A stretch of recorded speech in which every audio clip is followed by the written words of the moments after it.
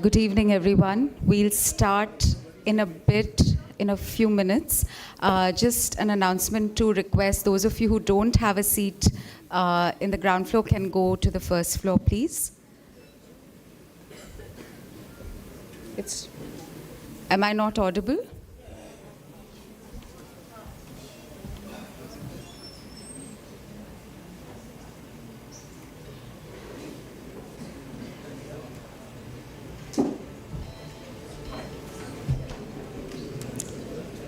Am I audible now?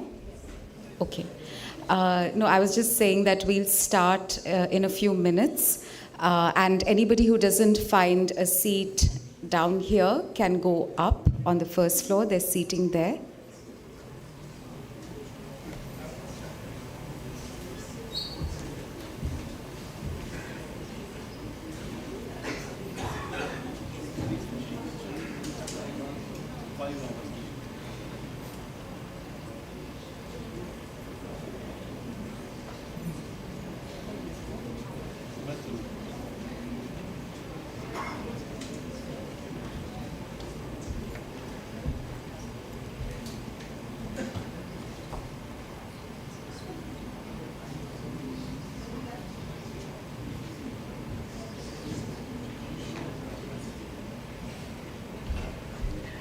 Sound is not clear on this channel.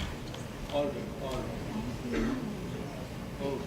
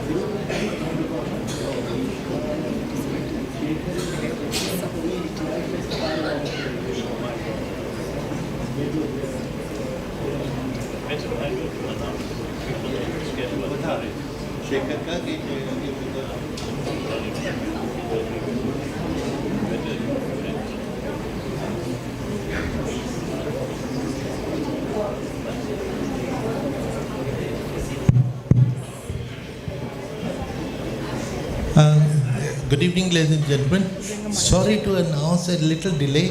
Shekhar Gupta just now called. He is 15 minutes away. His flight from Bangalore was 5 hours late. Some major disaster in the Air India plane had to be changed and things like that. Shashi is just around the corner. I don't know which corner, but that's okay. So, and Neerja is trying to contact.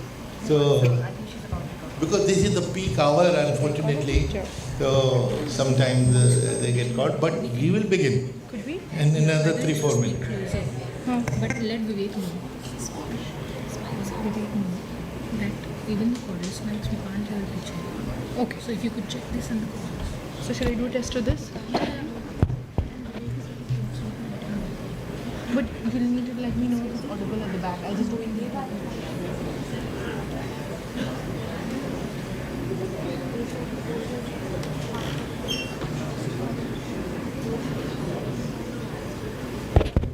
Hello?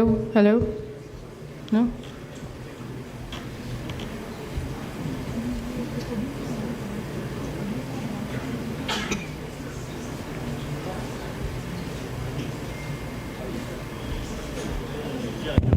Hello?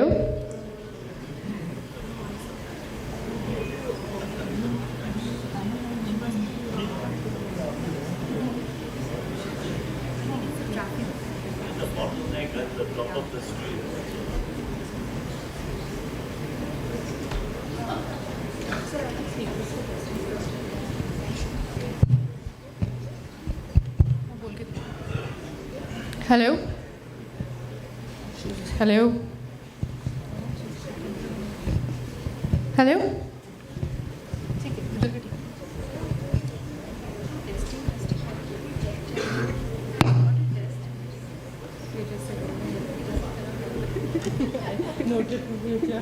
No, it was a plan.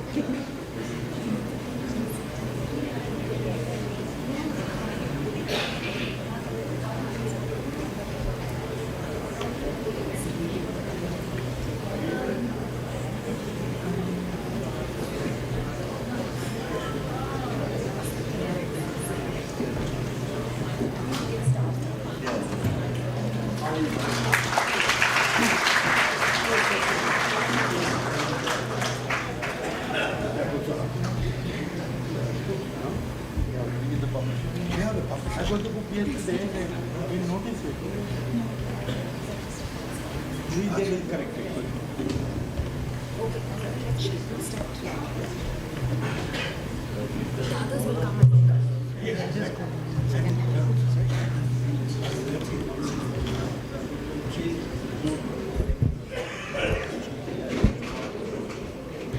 Good evening, everyone.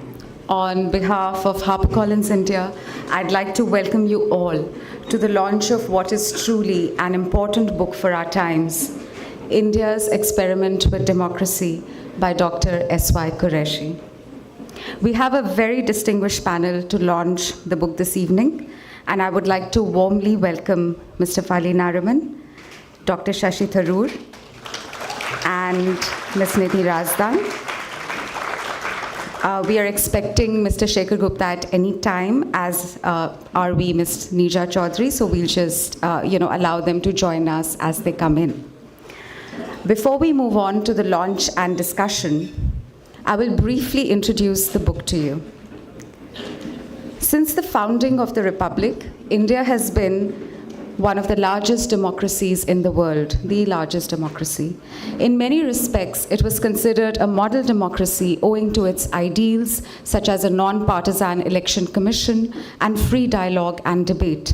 Its abiding features have been non-discriminatory management of diversity, concern for an equitable and equal society, and a profound reverence towards the country's founding document, the Constitution. Over the years, the tussle between historical reality and theoretical idealism ensured that at times the social contract was disrupted, with conflicts obstructing a complete achievement of democracy. In this book, Dr. Quraishi examines key questions that face India today.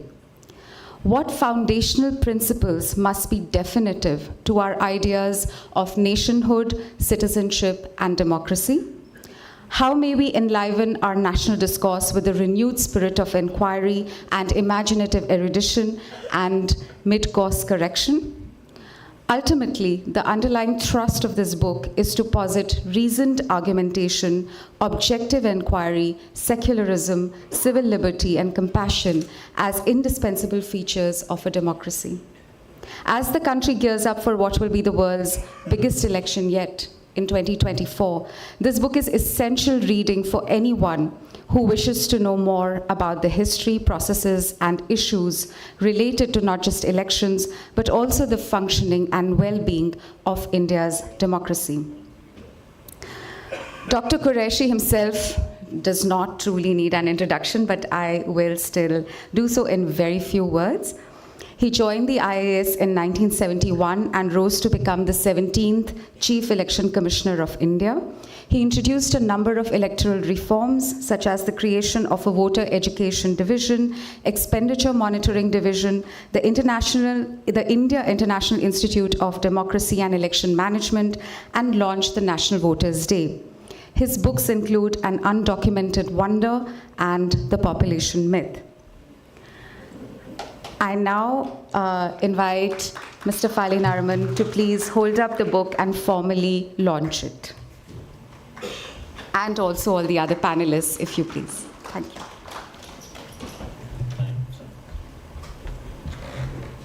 you. Ladies and gentlemen, since Monday we have been in election mood, and in 5 states at least, and of course Delhi is much more in an election mode almost. The house is absolutely full, and I'm glad to see there are so many people. Actually, this is one of the most well-arranged book launches that I have attended. The role of each participant is predetermined. Since I am far older than all the rest, and also grown hard of hearing, I have been given the best seat right up on the stage and named the Unveiler, with my one-time favorite compare of NDTV fame, Nidhi Rajdan, who is the moderator. And the panel, we don't have a full house with the panel, but at least we have more than a quorum, to whom she will direct her questions, has been handpicked from amongst the top of the drawer celebrities. And I don't need to remind them that the less they preach, the more we will learn. There's a little backhanded swipe at one of the members of the panel. Title of my newest book. There is, of course, the hero of the evening, the distinguished author himself, India's 17th Chief Election Commissioner. So, ladies and gentlemen, let me commence the proceedings. The book is already unwrapped and exhibiting the book.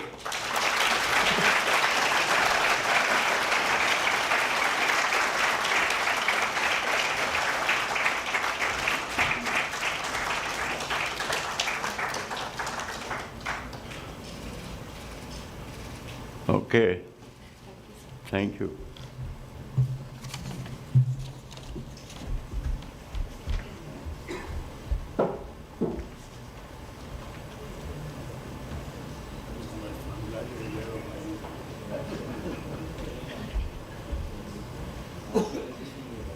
Ladies and gentlemen, I hope you can hear me. Yes, I think you can hear me.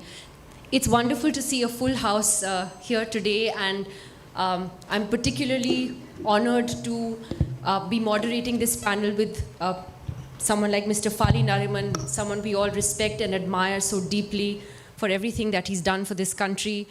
Dr. Quraishi, of course, as the former Chief Election Commissioner. This book isn't just about the Election Commission of India. It's not just about elections in India. It's very much about the soul of India. And I think that it has come at a very opportune time. It's come at the right time, and we'll get into that in just a moment. Shashi Tharoor, wonderful to be back on a panel with you after a very long time. And Neerja Chaudhary, one of the most respected journalists in this profession that has been beleaguered by so much else at this time. The reason I said that this book has come at the right time, and I'll begin by actually asking Mr. Nariman this first question, is that we're at a crossroads, Mr. Nariman. Can you hear me? Yeah? We are at a crossroads in this country where we are the mother of democracy, on one hand, and on the other, our institutions, including the Election Commission, are increasingly being scrutinized for what is believed to be their partisan stand on issues. Can I first get you to comment on that? In terms of institutions, we have the Election Commission, the Supreme Court, the armed forces that we have always felt were above everything, that would follow the Constitution no matter what. But is the Election Commission, according to you, and even the judiciary, really doing that today? Well, I really think that the Election Commission in our Constitution is like a three-legged stool with one leg much longer than the other two, so that it's a bit out of focus. And it would have been much better if we had a three-legged stool with all three commissioners, election commissioners, along with the chief election commissioner, having equal status and having equal protection as judges of the Supreme Court, as the Controller and Auditor General. I don't know why this was a lapse on the part of the people who framed the Constitution, but they expected that Parliament would pass some legislation about it. And although Parliament did pass one or two rules and laws, unfortunately, it didn't gel too well. And I was a little disappointed with earlier decisions of the Supreme Court of India, particularly with regard to Mr. Seshan, because I had great admiration for him. I thought he was one of our great election commissioners, and somehow they pulled him down a notch or two, because he was a very difficult person also to deal with, but nonetheless he was extraordinarily competent. So I'm afraid we still have a big gap in this thing. But there's one important thing which you must know, and that is that there is an article in the same chapter which deals with election commissioners, and that is an Article 329 capital A, which is no longer in the Constitution, so you can't read what is missing there. Because that was a very, very dangerous provision that was specially enacted once Mrs. Gandhi lost her election in the Allahabad High Court.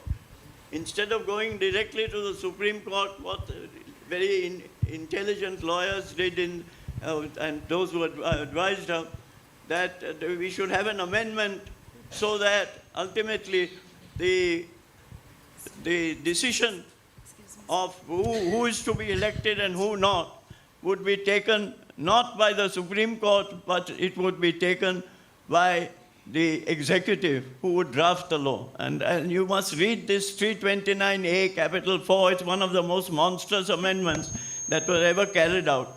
But unfortunately, it was the first time that the Supreme Court applied the doctrine of basic structure and struck it down. And the rest of it was deleted by the then Janta government. So actually, this is one of the very highlights of this election laws that we have in our country. And despite everything that's been said, there is a feeling all over amongst the citizenry that much requires to be done to make the Election Commission have a backbone and at least be far more independent than it appears to be. I mean, we don't have the people of the likes of which Mr. Quraishi and Seshan and so on. But unfortunately, we have to have people of some merit, and we must have some qualifications as well, which should be framed. But unfortunately, Parliament has not done anything at all. Thank you for those opening comments, Mr. Nariman. I'd like to ask Dr. Quraishi, just to give his opening comments on the book and on what Mr. Nariman said. In fact, in your book, Dr. Quraishi, you've dealt with this issue of the Election Commission, the questions about its neutrality in some detail. You've described how you woke up to anguish on the morning the Indian Express had published a report that the PMO had summoned the election commissioners for a meeting and that they went, and that you felt that this was completely inappropriate and shouldn't have happened, amongst other things that you've listed out. How do you look at the way today the Election Commission's credibility is being viewed, having been at the helm of that organization yourself?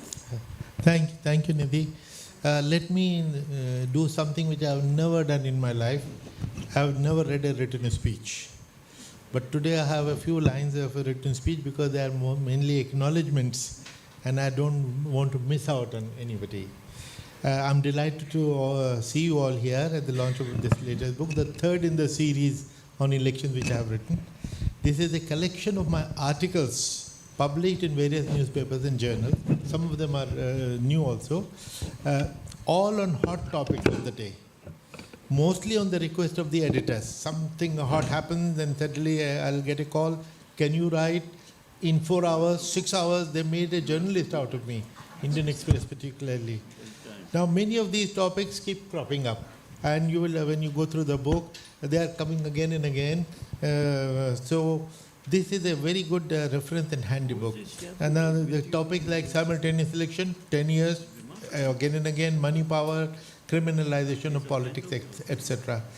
There are many pieces on election observation which I did in other countries, including Pakistan, which gave me a global vision and a very interesting and educative experience for me. But I won't talk about the book because there are the panelists and she will ask the panel.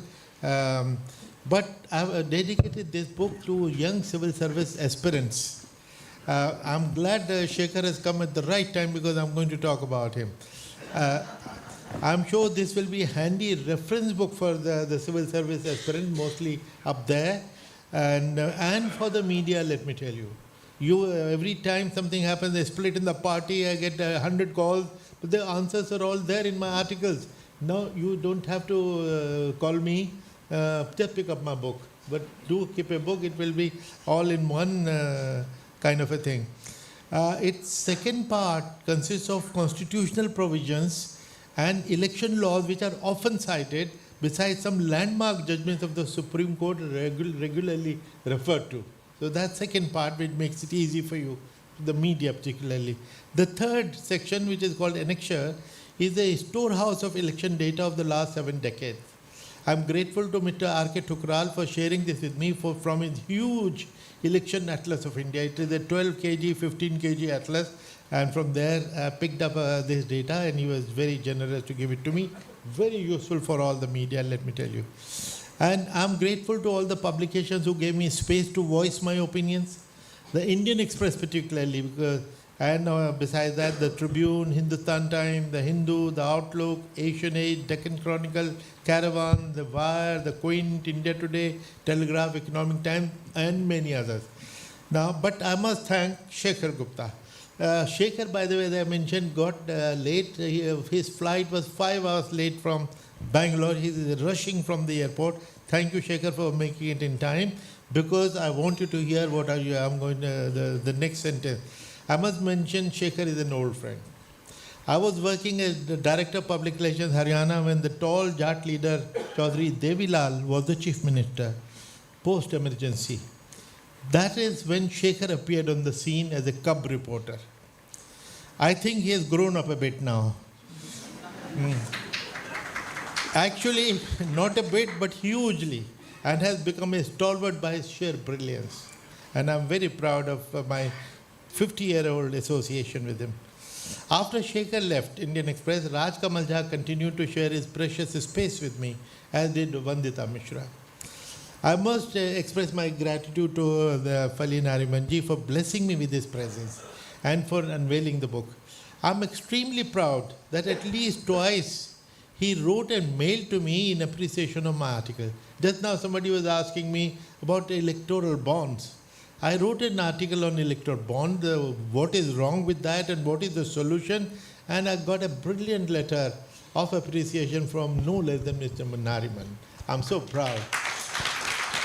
And he wrote it to me directly, and he wrote a letter to the editor who published in the Indian Express. And normally we write letters to the editor. Here was the editor writing to me, look, I've received a letter from Mr. Fali Nariman. So that was one. And second time, another piece on which he says another ace of an article from Quraishi. Coming from Mr. Nariman, you can't expect a bigger encouragement and compliment. And I'm extremely honored that he agreed to come here despite his senior age. My thanks to my friend Shashi Tharoor, my college mate, first for writing the foreword for the book, which somehow I just now discovered. I got the book in hand only yesterday. He got it today, and we find his foreword is missing. And of course, the publisher has a lot to do. It is mentioned in the acknowledgement, it is mentioned everywhere. What went wrong? Of course, we'll do the correction, I'm sure, very quickly.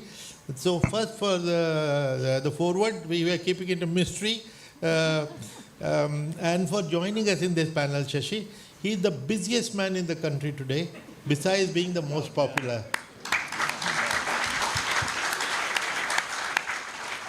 Now, Neerja Chaudhary is an old friend and one of the most respected journalists India has. My book has the difficult task of competing with her extremely popular book on how Indian Prime Ministers decide.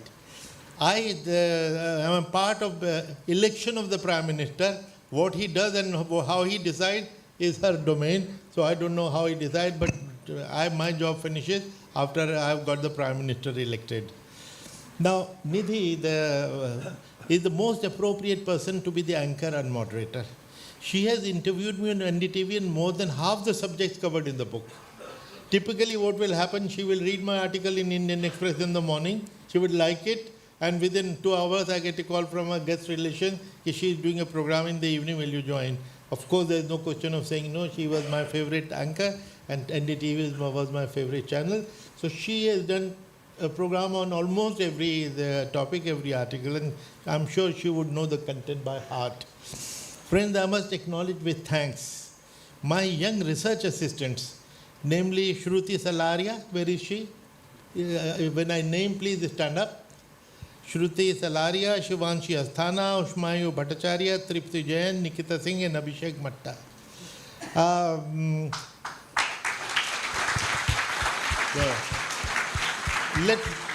Let me share a secret. They are all my co-authors, if not ghostwriters, but don't tell anybody else. Why they left me after a year each must show that I'm a bad boss. Now you have to confirm or deny it. Now, my gratitude to HarperCollins, led by Swati Chopra and Vandana, for making this book and today's event possible. Suhail Khan, where is Suhail Khan? The man with the hat, has been my friend, philosopher, guide throughout this project. And how can I not thank Mahesh, my IAS colleague from Delhi, for co-organizing the function. And I'm most obliged to all my media friends. They have always been so accessible to me as I have been to them. Finally, IILM and its founders, Anil and Malvika, for hosting this function in this beautiful hall. Thank you, ladies and gentlemen. अब आप मेरे सवाल का तो जवाब दीजिए. मेरे सवाल का जो जवाब है वो अब सवाल बता दिए, बुढ़ा हो गया हूँ मैं, late. Neutrality of the EC. Neutrality. Actually, there are 4 or 5 articles in the book on the neutrality. And let me tell you, every time I have been a self-appointed spokesman of the Election Commission. Let me tell you, Ashok Lavasa is here. Even when he was in office, he would not have that much credibility as I had as retired Chief Election Commissioner, because his job is to defend EVM. It's not my job to defend EVM, but if I say EVM is dependable, people listen. They trust, because I have no vested interest anymore. So when I found that Election Commission was not doing things it should, it was a painful decision for me to write something. I tried to use all the command of English language which I have, which is very little, to somehow couch it in such a language that it doesn't sound like a criticism of them. My typical answer was that every time I hear a criticism of Election Commission, it hurts me. But the point was that there was criticism, which they earned, and it was all up to them. So I wrote 4 or 5 articles for which I think one incumbent even did a press conference abusing me, whereas actually if I was hostile to Election Commission, they would have been in deep trouble. But I've been a defender because this is an institution I'm proud of. This is an institution which has done India proud.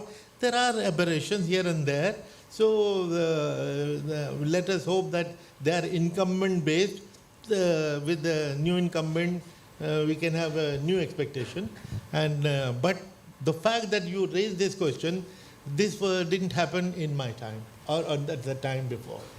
Shashi Tharoor, can you weigh in on this? I mean, is it unfortunate that there seems to be also quite a bit of a trust deficit at the moment, at least between opposition parties and an institution like the Election Commission? We have the EVM controversy that crops up from time to time. Opposition delegations go and they complain that the EC kind of listened to them, didn't assure them of anything. There are complaints about the way election schedules are decided, the gaps, etc. Is it unfortunate that it's come to that, where this trust deficit is there? But it's come to that because of these developments. That you're looking at a situation where there have specifically been lapses, to put it politely, on the part of the Election Commission that has given rise to these concerns. When you read in the newspapers that the 3 election commissioners are summoned to a meeting with the Principal Secretary to the Prime Minister, and they actually go without saying, sorry, it's not your business to summon us. When you read that in the 2017 Gujarat elections, which had historically always been announced at the same time as 2 other state elections, that suddenly those 2 are announced first and nothing is announced for Gujarat to permit the Prime Minister to go and announce a few more freebies before the election dates are announced.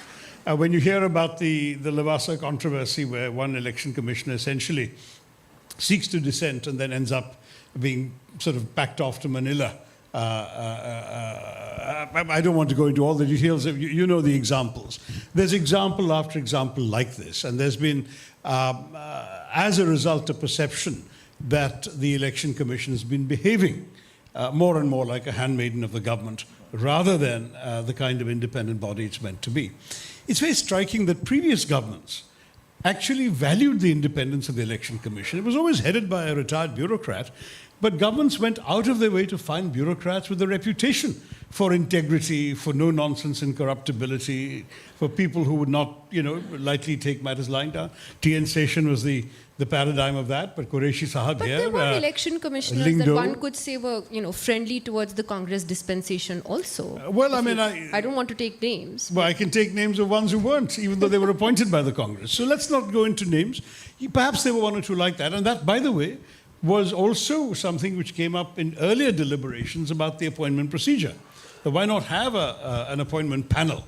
Right now, as you know, there's a Supreme Court judgment suggesting a panel that would include the Chief Justice of India, but they said until Parliament rules otherwise. And Parliament, of course, means, unfortunately, in our present system, the executive.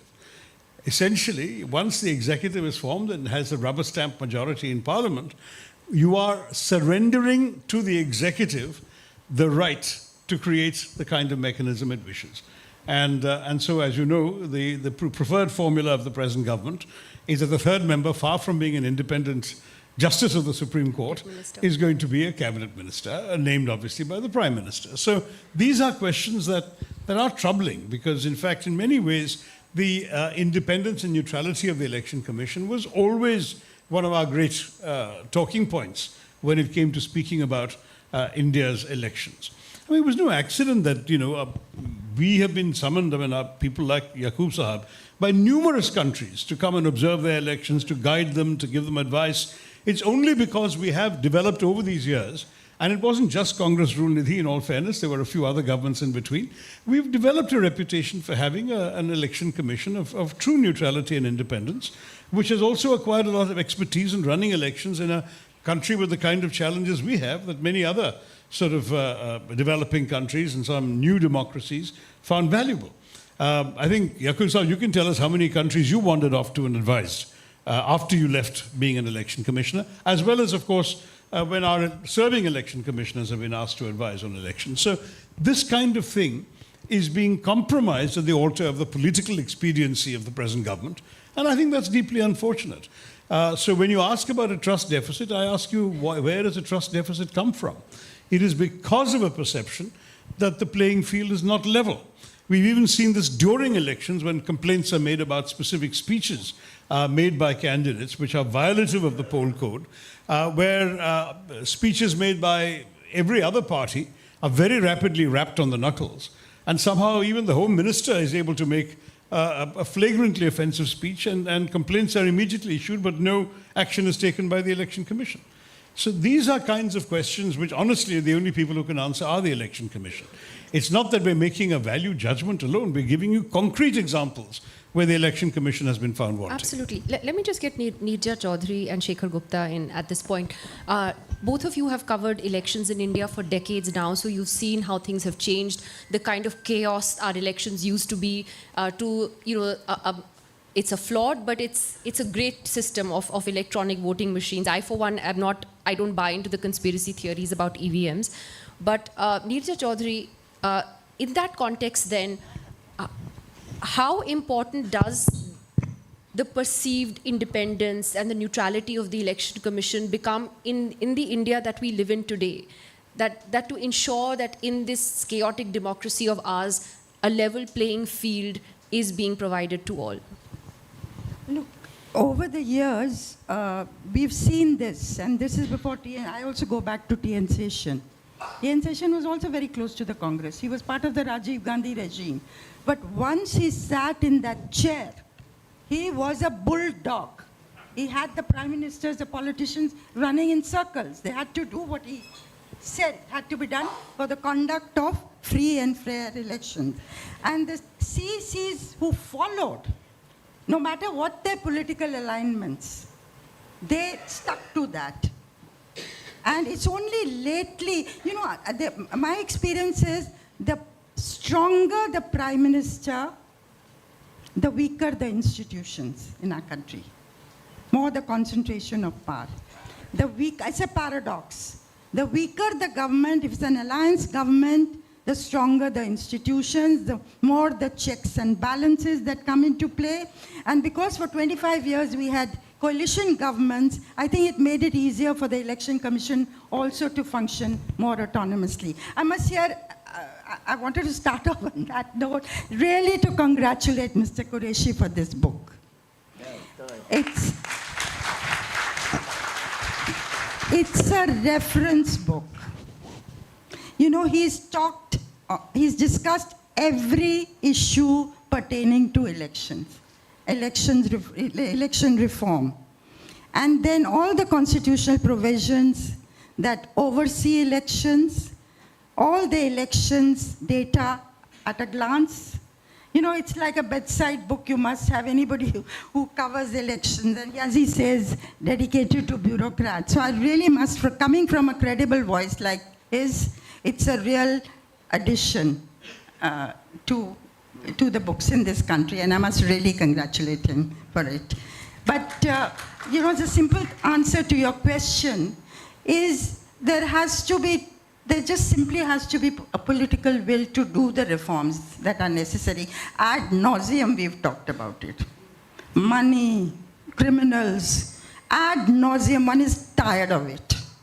Until you get, no matter what else happens, till you get the political will, it will not happen. I don't expect it to happen unless you have a prime minister, strong prime minister in the saddle who says, okay, I don't mind if I don't come back to power the next time round. But these things I will do.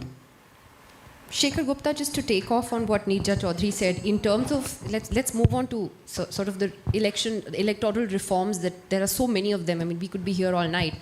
But what would you say the Election Commission of India over these decades has really got right? And what does it need to get right? Is it election funding primarily, you think, that we're still in a hole? The Election Commission's got the mechanics of holding an election right. Mechanics, if anything, have gotten better, I would say, with every election. And it's not just that counting is so quick and results come quickly, but you get much fewer complaints. People get privacy in the booth. I've just had for an audience a bunch of bankers who said, why can't voting be online? In Bangalore, they want everything to be online, right? So why can't voting be online? So it's very difficult to explain to them that online means somebody's voting from their homes. Somebody will walk into the home with two lathats, and say, I'm watching who you are voting for. So it's very important for a voter to go to a booth, get that privacy, and get a sense of security. So over time, election after election, that has improved. Those are things that are good. And I would say elections, by and large, are fair. The process is fair. There are two problems. One is a problem that Election Commission doesn't have to address. That's a problem that the Supreme Court has to address. Is it working all right?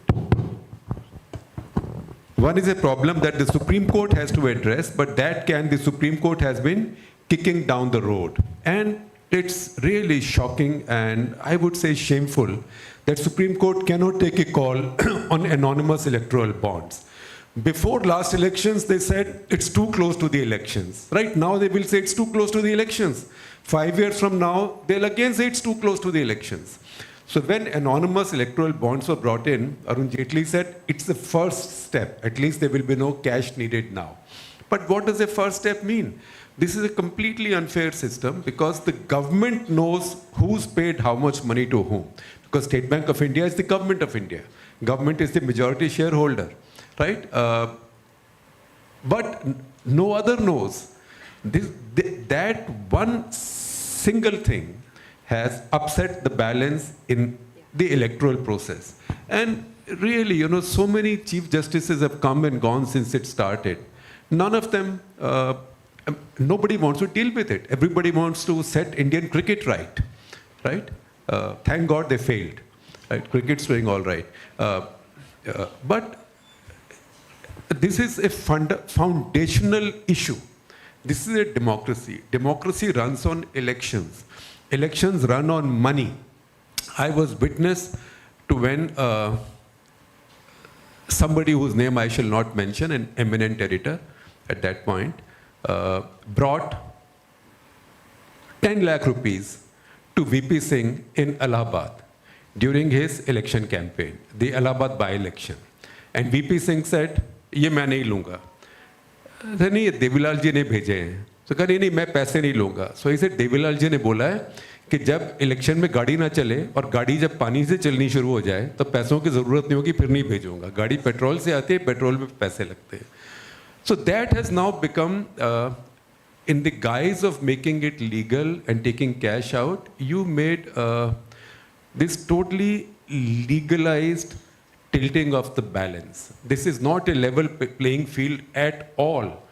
And I can't see that 3 judges, 5 judges, 2 judges can't see this. Where is the judicial principle for anonymity? So that is the one big thing, because people should at least know who's paid how much money to whom, because we can then do other things. We can look at, oh, so much money was paid by so and so to such and such party. Maybe we can link some policy changes to that. But all that is completely non-transparent. So that's an issue. The other issue is that elections are very important in a democracy, fair elections. But this is the era around the world of elected autocracies. Erdogan holds a very clean election. See what happens. So there are challenges. So as Mr. Quraishi says, that he'll not just be comfortable sitting back and enjoying the idea that India is the largest democracy. It's a work in progress, but as far as the electoral process is concerned, this electoral funding, now it's not a question of cash being passed under the table. Now it's given legally in such a way that one side knows, only one side knows who's paying whom. And the voters don't know. We don't know how parties are being funded. Absolutely. And that's easily fixed. Absolutely. And that's why I spoke right at the beginning about the two institutions, in particular, who seem to have weakened today, which is the judiciary. As Shekhar rightly said, the Supreme Court will now hear the electoral bonds matter from the 31st of October, not in time, I guess, for the next round of assembly elections. We have just 10 minutes, so I want to quickly touch on so many things. Simultaneous elections. Okay, Shashi Tharoor, so much has been written about this. Dr. Quraishi has written about this in his book. Mr. Lavasa wrote a terrific piece giving a sort of point-by-point rebuttal to why this country should not have simultaneous polls. The logic, and so if I sort of be the devil's advocate here, the logic is it's going to be cheaper, we are going to get out of this continuous cycle of elections, You don't need a model code of conduct every time. The business of governance can go on. It's just a more efficient way to do it. And we started, when we were independent, we had simultaneous elections till the early 60s. So why can't we do it now? Well, because the mirror is already cracked. And in fact, it's not just cracked in 67 when the SVD governments were formed and then failed and fell at different times. So elections were necessitated later. But now we've got, the mirror is so completely shattered that you really can't piece it together again, because pretty much every 6 months there's an election somewhere. Now the Prime Minister argues, number one, that it's more expensive. There's been a study, I think, done by Niti Aayog, Praveen Chakravarti and I did an op-ed in the Hindu after we dug this up and found that the cost per voter would be about 5,000 rupees, not 5,000 crores, 5,000 rupees more per voter if elections were not simultaneous. This is not a sum that the Indian Exchequer can't absorb. But even more troubling is the fact that the other argument made is that governance comes to a grinding halt when elections are taking place every few months. Well, frankly, that's not anybody else's fault but the Prime Ministers and the ruling parties. They have chosen the Prime Minister and the Home Minister to be the principal campaigners in every state election, every municipal election in a big city. They don't have to. That's not their job. The Prime Minister's job is to run the country, not to win elections for his party. Others can do that. The honest truth is that this is a way of trying to press gang the system into a uniformity that is completely illusory. We are a diverse country. We are a country with a number of different traditions, cultures, political cultures as well. And frankly, every state has its own story, even if somehow artificially by shortening some terms and expanding some terms, all of which would be arguably unconstitutional, you manage to have one set of elections altogether once, which would be a small nightmare anyway, given the number of seats at stake and the number of EVMs required and the number of personnel required, all of that. You have it once. What's to prevent one of these governments falling again 6 months, 9 months from now? If your only solution is keep presidents rule until the next election cycle is due, that's undemocratic. That would surely be violative of the basic principles of the Constitution. So I don't see that this is a feasible reform, let alone whether it's desirable or not. Because, as I say, I mean, once the mirror is cracked, you cannot possibly piece it together again and get an accurate reflection. Mr. Nariman, if I could get your comment on this idea of simultaneous polls and in a much larger context, do you see it as an attempt in a sense, I mean, Shashi Tharoor spoke about India's diversity, but in a sense to homogenize everything? You know, one nation, one election, one leader, dare I say maybe no elections? One president. That's what's the whole point is that, because it's a moving towards a presidential system of government. I am convinced that it is at some point of time. And therefore, we have to be extraordinarily careful if we are saying we are democratic and we hold elections and so on. And what Shashi Tharoor rightly points out, the election bonds syndrome is a very, very dangerous syndrome, because it's only the big money bags who can then, with whom the ruling party, whichever it is, whether it's Congress or it's the BJP, aligns itself to. And that's the greatest danger in our country. And because you see, the whole world today is getting more and more autocratic, as you will see, right, all across the world. And it's time that we take note of this trend and see what we can do to reverse it. And one of the most important parts of it is the chapter on elections in the Constitution, and what sort of laws we need. I mean, this requires far more than 5 minutes to 6:30. So it requires a whole set of, and it's not as if we don't have the brains and the people who from all parties, whether it's a BJP or it's a Congress or it's the JDU, they should all be organized. And may I only add a footnote that, speaking of good books, it was remarkable to read Nirja Chowdhury's book, recent book, which was excellent. And if some of you get hold of it from a friend, read at least the last 5 pages. They are the most significant of this whole book. If I may just add, given, and we've already talked about some of this, given the hollowing out of our democratic institutions and practices, we haven't even mentioned how Parliament has been reduced to a rubber stamp. And, I said we could be here all night. Exactly. Given all of that, elections are actually the only vehicle for popular accountability, for holding governments accountable for their performance. And therefore, to reduce their number and frequency itself is undemocratic. Because the more elections you have, the more opportunity you have to register your views about the government in a concurrent way. In some ways, Fali Sahib, a presidential system would be more honest. At least you'd have an independent legislature. Right now, we have the worst of both worlds. We have a parliamentary system being run presidentially. And the parliament is completely toothless. In a presidential system, you won't be able to have a meeting like this. Well, that's a different argument we need to have, because I do believe that the logic of the presidential system is complete separation of powers. The executive would not be formed by the legislature and therefore couldn't control it. But that's a different conversation. You're talking about the US system, basically. Yeah. Dr. Quraishi, I mean, is it even, I mean, as Shashi Tharoor says, he doesn't think it's even feasible to do simultaneous polls. Is it? There are 2 Law Commission reports on it, if I'm not mistaken. One was more favorable to the idea, the other not really. Actually, the government report, there was a parliamentary committee which says that it should be simultaneous. But you know, one basic flaw in the whole argument, initially Prime Minister said that all 3 tiers should be simultaneous.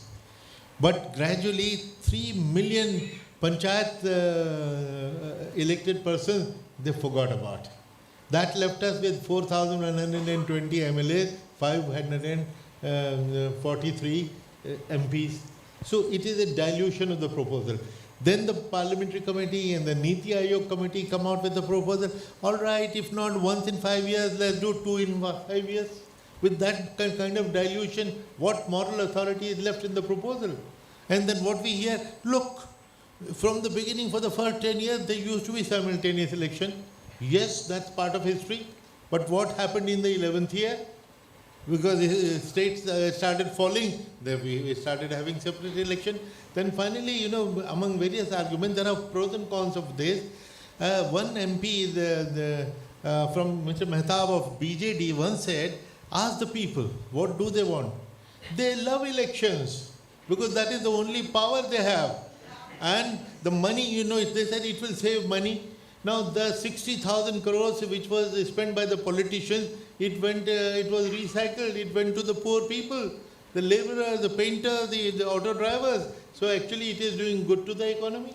And I heard a very interesting slogan by a Chhattisgarh girl in a youth parliament in Pune, कि जब जब चुनाव आता है, गरीब के पेट में पुलाव आता है. गरीब से तो पूछे.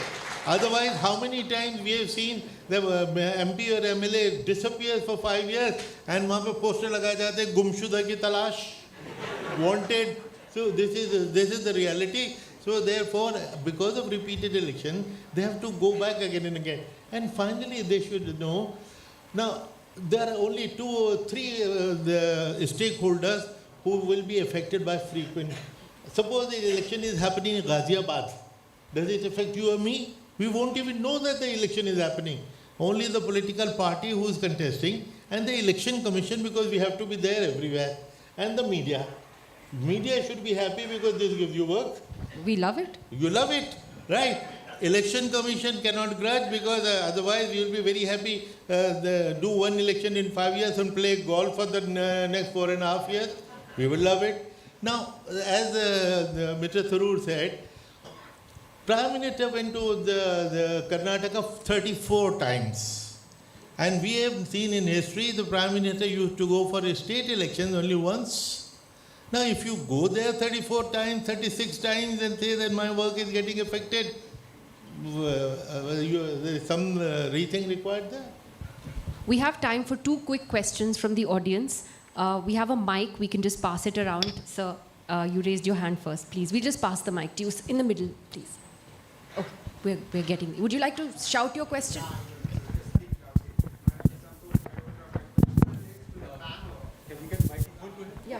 Check. Hello.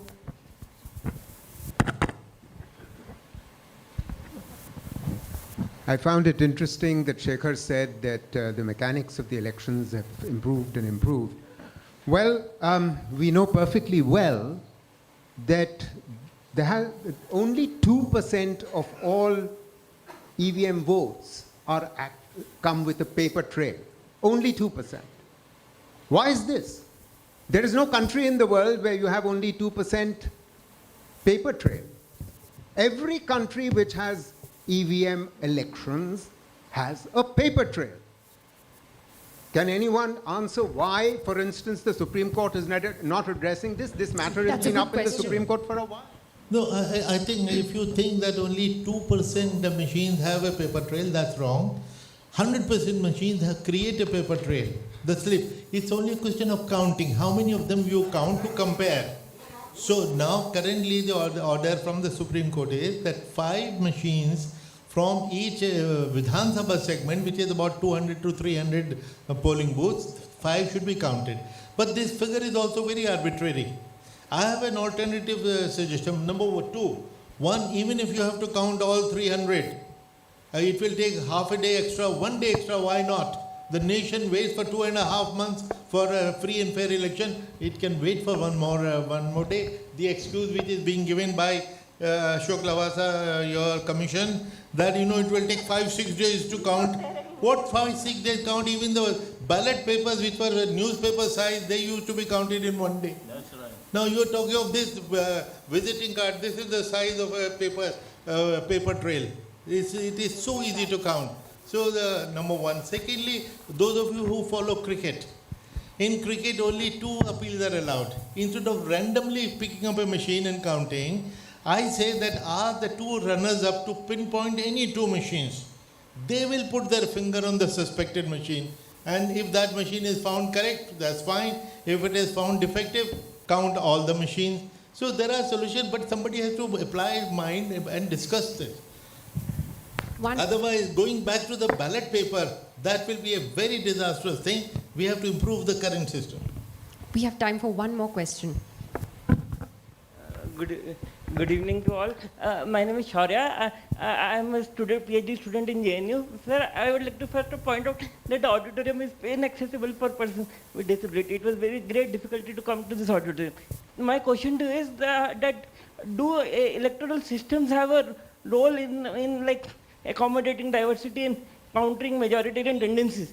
Like you point out, like mixed proportional representation system also, like somewhere, like Nepal kind of system, where we can have for state elections like a FPTP model and national election PR model, which will counter the majoritarian tendencies also and give a representation to broad sections of minorities in the country. Yeah, it's a very, very good point. When I wrote my book, An Undocumented Wonder, The Making of the Great Indian Election, in 2014, I discussed all the electoral systems and supported first past the post system. I explained everyone, but I supported first past the post system. But after the 2014 election, my 3rd edition was being published, I changed my opinion. Why? Because in UP, one party, BSP, got 20% vote share and 0 seat. Now that is not a representative democracy. After that, I've changed my mind that proportional representation is a good model. Yeah. Germany has that, but a little complicated. Sri Lanka has it simpler, Nepal has the simplest and recently tried. I think we should have a mixed system. Half the seats should be first past the post, the other half should be the seats. And by the way, people should not misunderstand. Some people confuse it with the proportional representation on communal lines. No. Proportional representation on the basis of number of votes that you get. If you get 10% votes, you should get 10% seats. At least you will have a voice in parliament, and that is something which has become very urgent. It's being discussed even in the mother of our democracy in UK. So we need to consider it. Thank you very much. I'm afraid. Can I just add something to that? Yes, That these ideas, these are not perfect solutions, because each idea is fraught with many minefields. Proportionate representation. Look at Israel. Israel can never have a majority government. Never. It cannot have a majority government. The largest party rarely gets 35 seats in a house of 120. And then you have a coalition like this. Every 6 months there is a coalition in Israel. And उसके अंदर सब होते हैं, उसके अंदर अरब parties भी होती हैं and extreme right wing Jewish parties are also there. There are parties who think even the existence, Jewish parties who think the existence of Israel as a state is sacrilege because Lord himself was to come and create Israel. Who are these human beings who've created Israel? So those in the same coalition as Arab parties. So this is a non-functional system, and there also one man uses the same system to carry out a dictatorial power grab, which is what's happening right now with what Netanyahu is doing with his judiciary. So in fact, proportionate representation has become a deep weakness, a deep fatal weakness of the Israeli system. There are other examples. See, for example, Lebanon, a classic example, a country that said, oh, we have 55% Christians, 45% Muslims, so all right, Prime Minister will be Muslim, President will be Christian, Parliament will be like that. That country broke up into so many that you and I, if you ask me, if I were to appear suddenly for a UPSC type test, how many factions are there in Lebanon? I can't answer the question. Although I read about Middle East every day, so these are dangerous ideas. So don't mend what ain't broken. Don't mend what ain't broken, because you see voters are voting differently in the state and in parliament. So same party which may not get seats in Lok Sabha can get seats in the state assembly. See what's happened with Congress party in Karnataka. So I think, and all these things are not going to happen because these things will require constitutional changes, because once you open the doors to that, then you have a majority government, you will have a new republic. So are we prepared for a new republic? So we should keep the debate to what is pragmatic, what is possible, and what is not too risky. Because these are risks. You open up these things, we don't know where this will end up. Thank you because so then much. what will happen is people will then bring out more voters from their side to vote in certain states. I have the unenviable task of finishing on time. So thank you very much, Shekhar, and to our panel today. We have to finish on time. Dr. Shashi Tharoor has a flight to catch. Can I invite Mr. K. Mahesh, the Honorary President of the Delhi Administration Officers Academic Forum, which is, as I was told, a think tank for retired IAS officers, to please come and give the vote of thanks. Thank you.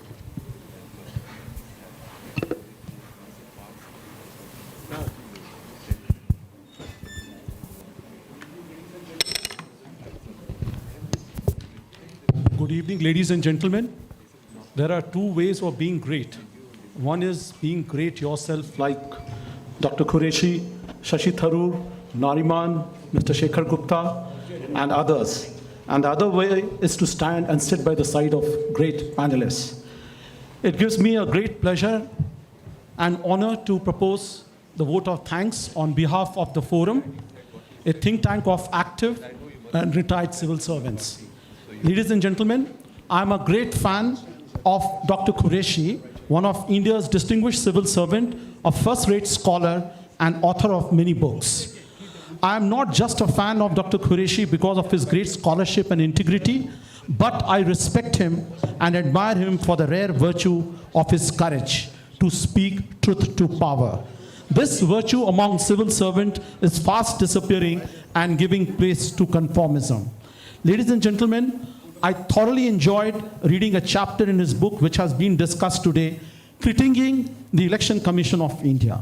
Why ECI is so important as a non-elected body. Here I would refer to Professor Sarush, Professor of Political Philosophy in Harvard, who said that the efficiency and effectiveness of any political democracy is not only dependent on the elected representative institutions, but also on the non-elected and non-representative institutions like the judiciary, the press, the CAG.